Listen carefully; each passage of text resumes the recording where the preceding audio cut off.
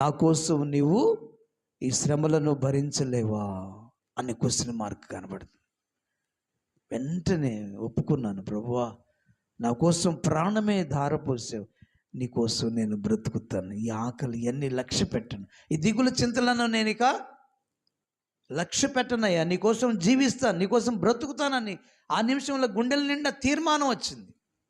అలానే సిలువ వైపు చూస్తే మనకు రక్షణ అంట. బుదిగంత నివాసులారా నా వైపు చూసి రక్షణ, ఆయన వైపు చూస్తే రక్షణ దొరుకుతుంది, ఆయన వైపు చూస్తే ధైర్యం దొరుకుతుంది, ఆయన వైపు చూస్తే మన మనసులు మారిపోతాయి. అందుకే సిలువను గూర్చిన వార్త నశించు వారికి వెర్రితనము, కానీ రక్షణ పొందుతున్న మనకు దేవుని శక్తి.